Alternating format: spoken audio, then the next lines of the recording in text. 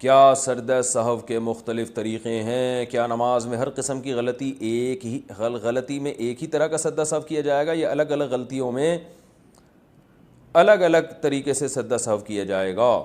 نیز سجدہ سہو کا طریقہ بھی بتا دیں۔ مسز ملک اسلام آباد سے، سجدہ سہو کے حدیث میں مختلف طریقے ہیں اور ان تمام طریقوں پہ عمل کرنا جائز ہے، اور اب چونکہ مختلف طریقے ہیں تو فقہا نے ہر فقی کی اپنی ایک رائے ہوتی ہے۔ امام شافعی نے اپنی ایک رائے قائم کی کہ بھئی یہ والا طریقہ بہتر ہے، امام احمد بن حنبل نے اپنی ایک رائے قائم کی، امام ابو حنیفہ نے اپنی ایک رائے قائم کی۔ تو جائز تو سارے طریقے ہیں، لیکن چونکہ بر صغیر میں یہاں پورے انڈیا، پاکستان، بنگلہ دیش اور افغانستان، اس سب میں امام ابو حنیفہ کے فقہ کو فالو کیا جاتا ہے، تو انہی کی رائے اکثر بیان کی جاتی ہے۔